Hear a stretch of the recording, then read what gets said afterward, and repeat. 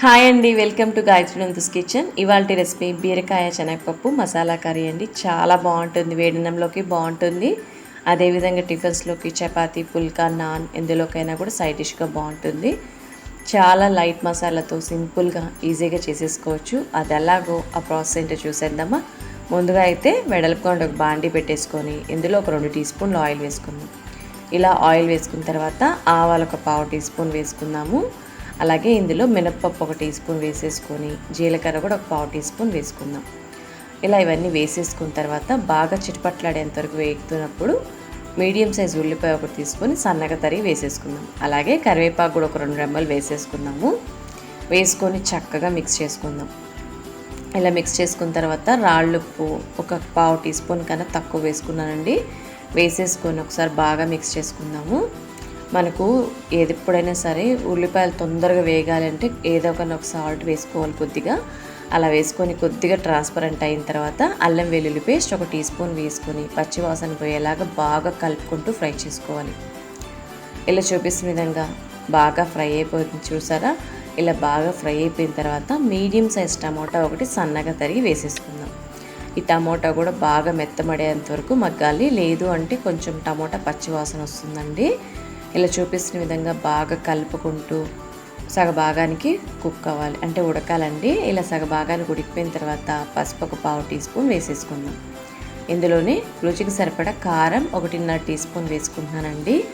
అలాగే Gayatri Nandu's kitchen special homemade garam masala పొడి చిన్న టీ స్పూన్తో 1 టీ స్పూన్ వేసేసుకొని అన్నీ బాగా మిక్స్ చేసుకుందాం, ఎక్కడ కూడా అడుగు పట్టకుండా. ఇలా చూపిస్తున్న విధంగా బాగా మిక్స్ చేసుకున్న తర్వాత బీరకాయ ముక్కల్ని పొట్టంతా తీసేసుకొని బాగా కడిగి పెట్టుకున్న ముక్కల్ని పోపులో వేసేసుకొని బాగా మిక్స్ చేసుకుందాం.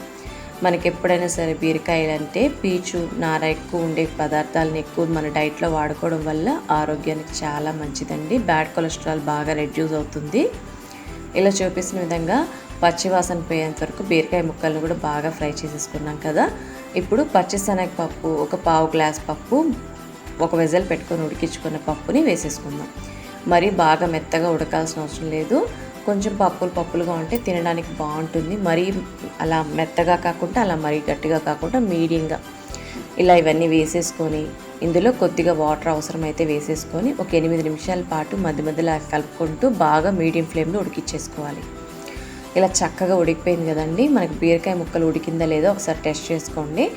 ఇక్కడైతే బాగా ఉడికిపోయింది. కొత్తిమీర ఫ్లేవర్ కొంచెం వేస్తే బాగుంటుందని ఒక 2 టీ స్పూన్లు వేసేసుకున్నాను. ఇలా వేసేసుకున్న తర్వాత స్టవ్ని సిమ్లో పెట్టుకొని పచ్చి కొబ్బరి ముక్కలు ఒక 1/2 కప్పు తీసుకొని మిక్సీ జార్లో వేసుకొని వీలైనంత వరకు తక్కువ వాటర్ వేసుకొని మెత్తగా పేస్ట్ చేసుకుందాం. కొబ్బరి పేస్ట్ ఇలా రెడీ చేసుకున్న కొబ్బరి పేస్ట్ని మసాలా కర్రీలో వేసేసుకుందాం. ఇలా వేసుకోవడం వల్ల కర్రీ అనేది చిక్కగాను ఉంటుంది, టేస్ట్ కూడా చాలా బాగుంటుందండి. ఇలా వేసేసుకొని బాగా మిక్స్ చేసుకున్నాం కదా. ఇప్పుడు 1 నిమిషం పాటు అలా ఉంచుదాము.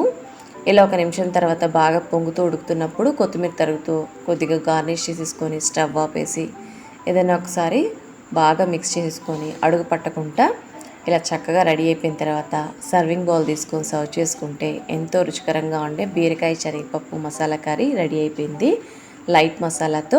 ఈ రెసిపీ మీకు నచ్చిందంటే ఫ్రెండ్స్కి రిలేటివ్స్కి షేర్ చేయండి, మీరు ట్రై చేయండి. కొత్తగా మా ఛానల్ చూస్తున్న వారైతే సబ్స్క్రైబ్ చేసుకొని సపోర్ట్ చేయండి. Thanks for watching. బాయ్ అండి.